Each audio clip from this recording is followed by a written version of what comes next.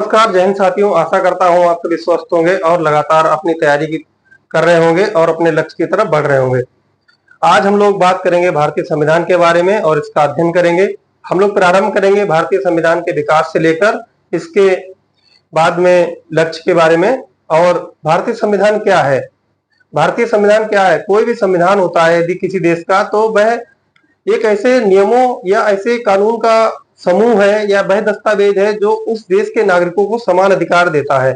वह वहां के नागरिकों को जीवन जीने का अधिकार देता है, वह वहां के नागरिकों को चुनाव लड़ने का अधिकार देता है और वहां के नागरिकों को संपत्ति के अर्जन का अधिकार देता है। इस तरह से बहुत सारे अधिकार हैं जो भारतीय संविधान या किसी अन्य देश का संविधान उस देश के नागरिकों को प्रदान करता है, जिससे वह अपने जीवन की स्वतंत्रता को बनाए रखते हैं।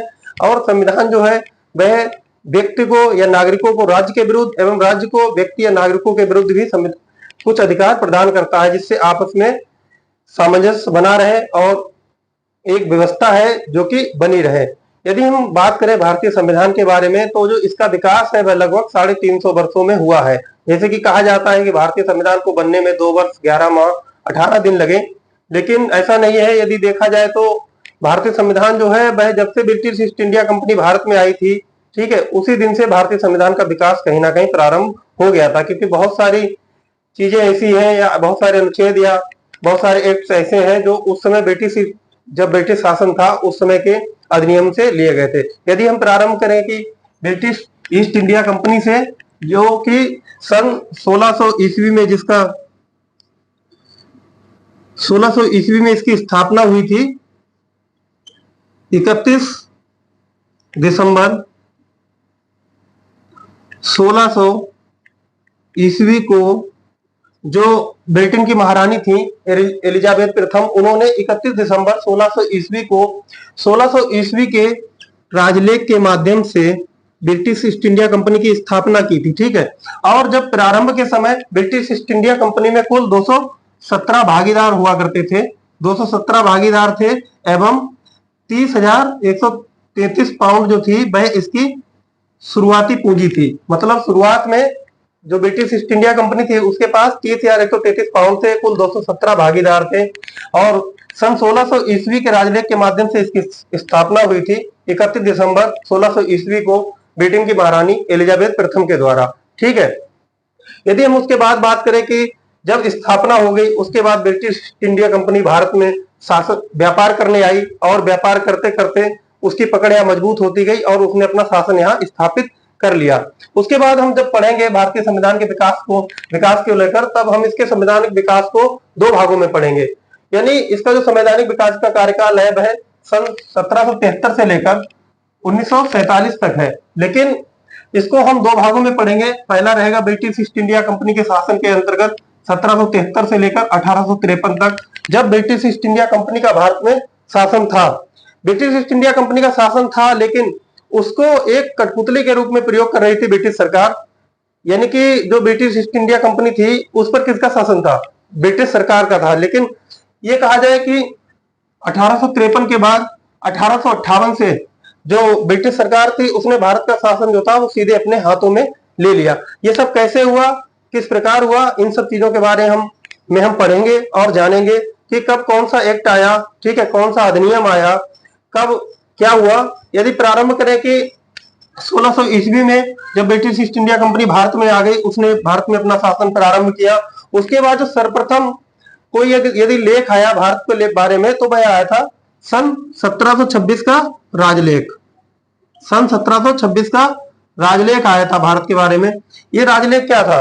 राजलेख ये था, जब ब्रिटिश ईस्ट इंडिया कंपनी की स्थापना हुई थी तो मैंने आपको बताया कि इसमें कुल 217 भागीदार थे और ब्रिटिश ईस्ट इंडिया के शासन को, मतलब ब्रिटिश ईस्ट इंडिया कंपनी के शासन की देखभाल के लिए एक परिषद का गठन किया गया था, जिसमें कुल 24 सदस्य थे, एक गवर्नर था और एक उप गवर्नर था। उसे जो कंपनी थी उसकी परिषद का नाम दिया गया। लेकिन बाद में क्या होता है, ब्रिटिश ईस्ट इंडिया कंपनी जो परिषद बनता है ब्रिटिश ईस्ट इंडिया कंपनी के शासन को देखभाल के लिए, उसे हम लोग बोर्ड ऑफ डायरेक्टर या निदेशक मंडल के नाम से भी जानते हैं।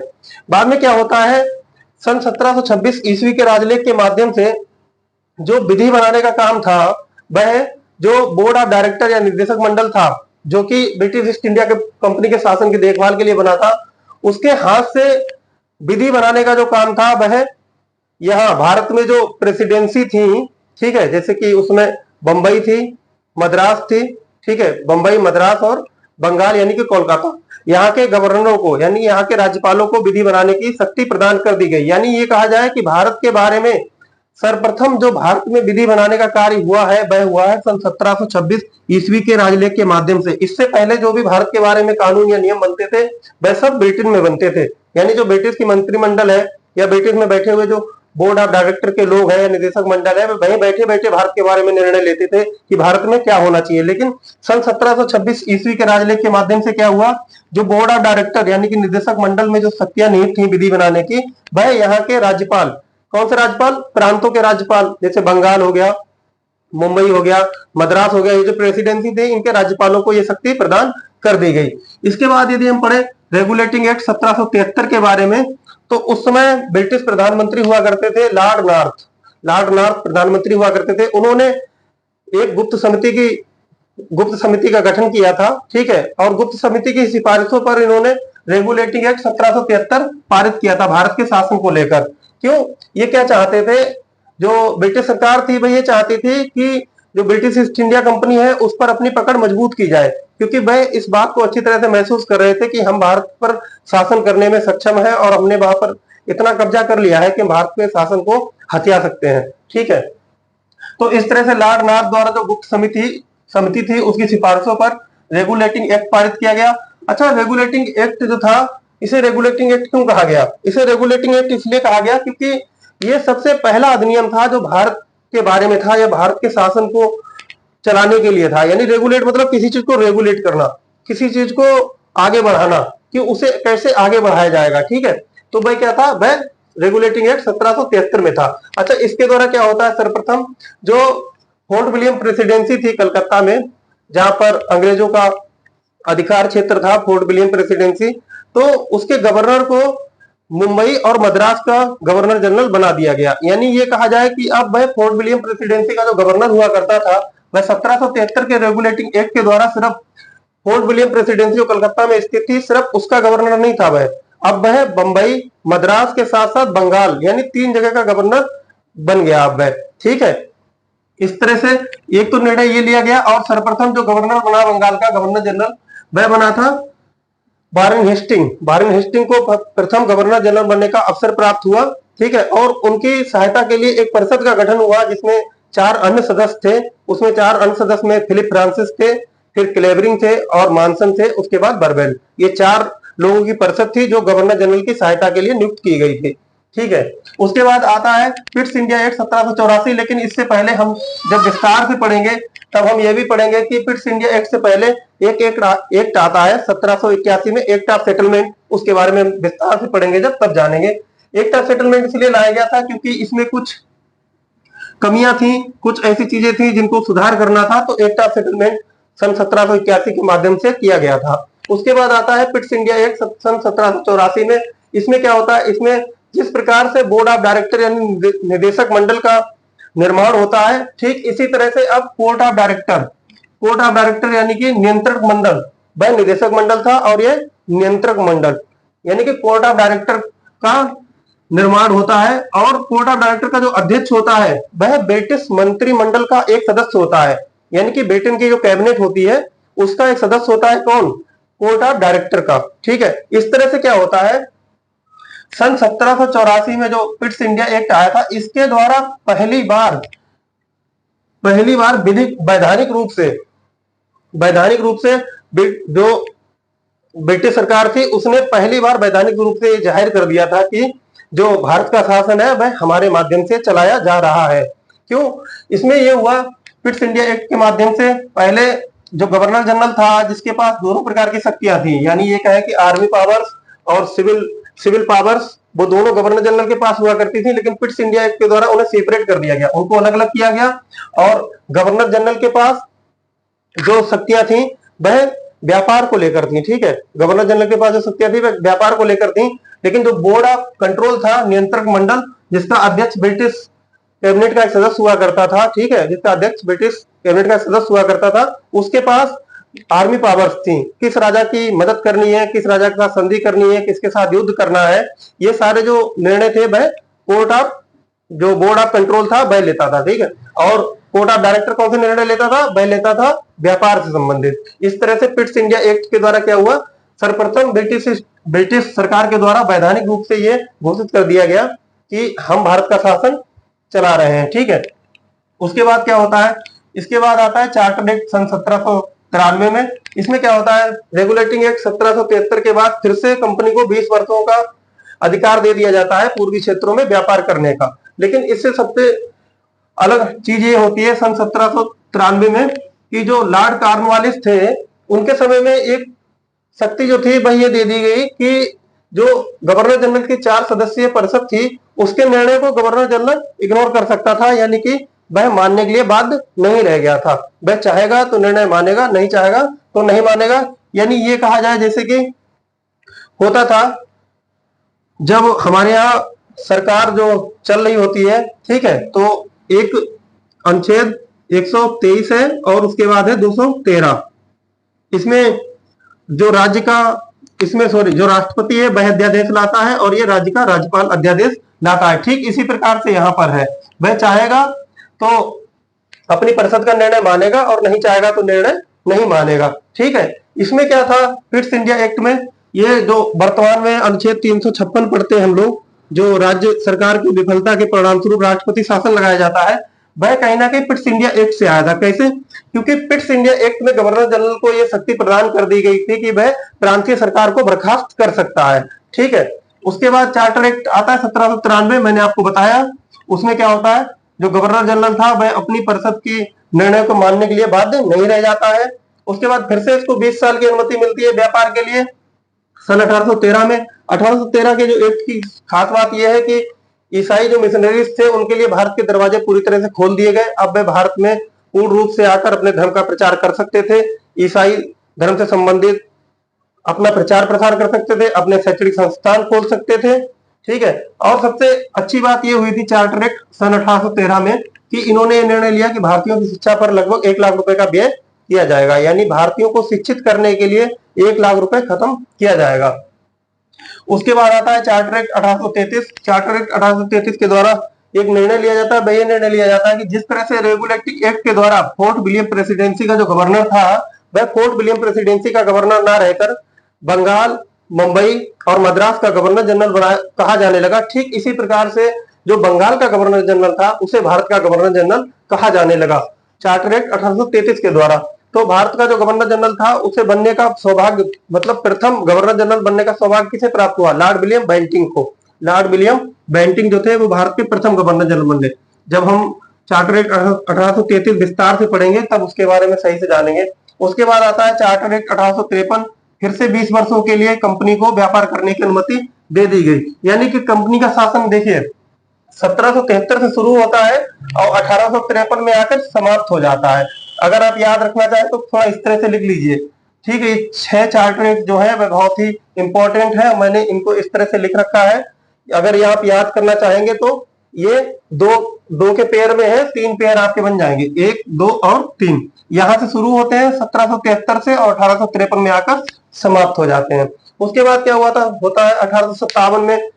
1857 की क्रांति होती है। भारतीयों में अपनी स्वतंत्रता को लेकर बहुत ज्यादा असंतोष होता है। वे ये चाहते हैं कि ये हमारे देश का शासन है और इसे हम अपने हाथों से चलाएंगे। ब्रिटिश सरकार इस चीज को बहुत अच्छी तरह से समझती है, इसलिए वो क्या करती है, ब्रिटिश ईस्ट इंडिया कंपनी के साथ हाथों से शासन लेकर सीधे भारत का शासन अपने हाथों में ले लेती है। इसलिए इसे कहा जाता है ब्रिटिश क्राउन के अंतर्गत भारत सन 1858 से लेकर 1947। ठीक है, तो इस तरह से जो भारतीय संविधान का विकास है वह लगभग 350 वर्षों में होता है, यानी कि 1600 ईस्वी से शुरू होकर उसका विकास चलता है भारतीय संविधान का, वह 1947 करीब चलता है। यानी कि ये देखा जाए कि 26 जनवरी 1950 तक, जब तक भारतीय संविधान लागू नहीं होता है तब तक भारतीय संविधान लगातार अपने विकास के क्रम में होता है। और आज भी भारतीय संविधान का विकास लगातार हो रहा है। क्यों? क्योंकि आने वाले समय में जैसे जैसे हमारे देश की संसद किसी अनुच्छेद को यदि महत्वपूर्ण समझती है तो वह उसमें संशोधन कर देती है और उसको नागरिकों के अनुकूल बनाती है। ठीक है। उसके बाद यदि बात करें कि गवर्नमेंट ऑफ इंडिया एक्ट 1858 आया, बिल्कुल आया। गवर्नमेंट ऑफ इंडिया एक्ट 1858 आया। इसमें क्या होता है, इसमें भारत परिषद का गठन किया जाता है। भारत परिषद का गठन किया जाता है। कुल 15 सदस्य होते हैं भारत परिषद में। भारत परिषद का गठन होगा, भारत को चलाने के लिए कुल 15 सदस्य होंगे। इसमें एक भारत सचिव होगा। अच्छा, भारत सचिव जो होगा वह ब्रिटेन के कैबिनेट का सदस्य होगा। जो 15 सदस्य परिषद होती है उसका जो अध्यक्ष होता है वह ब्रिटेन की कैबिनेट का सदस्य होगा।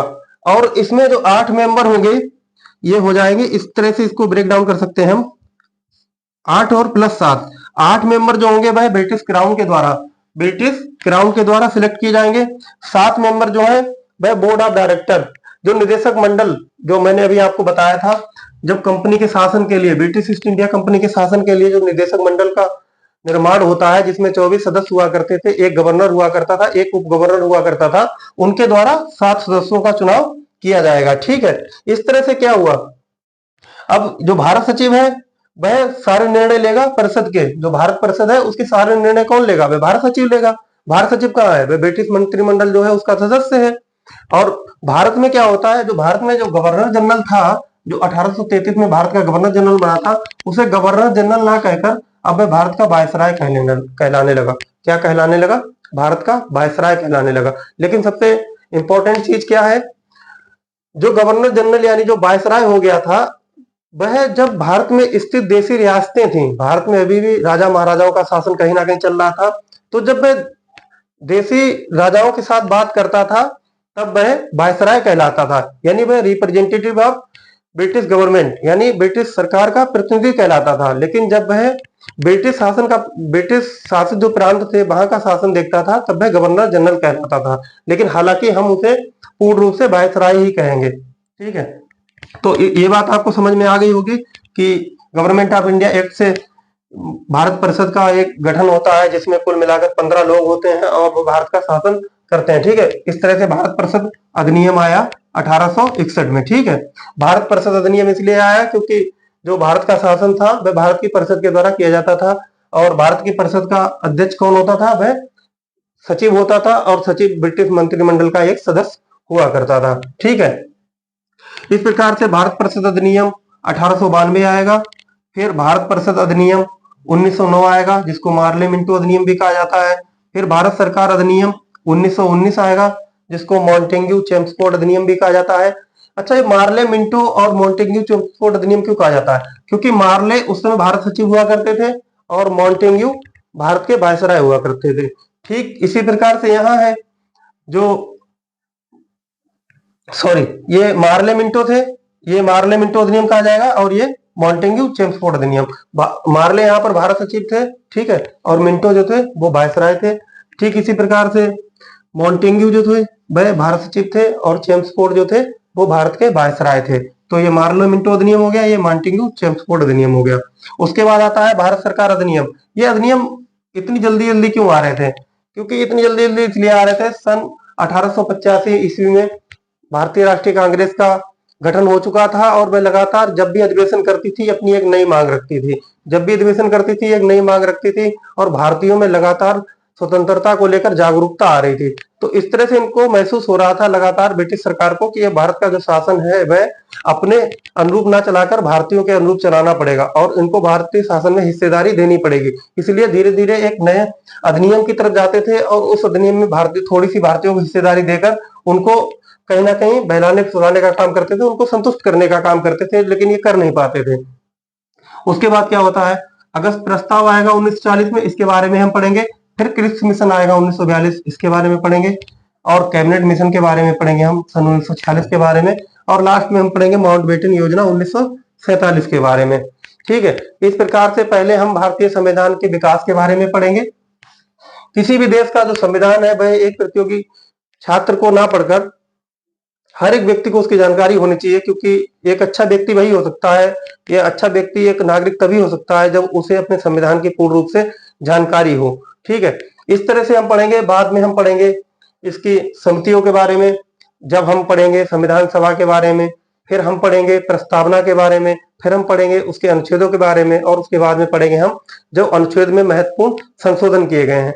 आपके पेट की डेट आ चुकी है, पेट के एग्जाम की, जो कि 6 और 7 सितंबर है। उसके बाद उसका रिजल्ट आएगा, उससे भी संबंधित वैकेंसीज आएंगी। अभी यूपी पुलिस में 19,220 पदों पर वैकेंसी आने वाली, जो कि कांस्टेबल के लिए है, और एसआई की वैकेंसी भी आपके सामने बहुत जल्द आ जाएगी। ठीक है, रेलवे ने अपना अधिचयन पिछले वर्ष जारी किया था, ठीक है, जो कि 1 लाख से ज्यादा पदों पर वैकेंसी आने वाली है। तो आने वाला समय आपके लिए बहुत महत्वपूर्ण है, आने वाला समय आपकी वैकेंसी को लेकर बहुत जरूरी है, इसीलिए लगातार तैयारी में रहिए, खुद के समय का बहुत ही बढ़िया तरीके से प्रयोग कीजिए, आपको सफलता जरूर मिलेगी।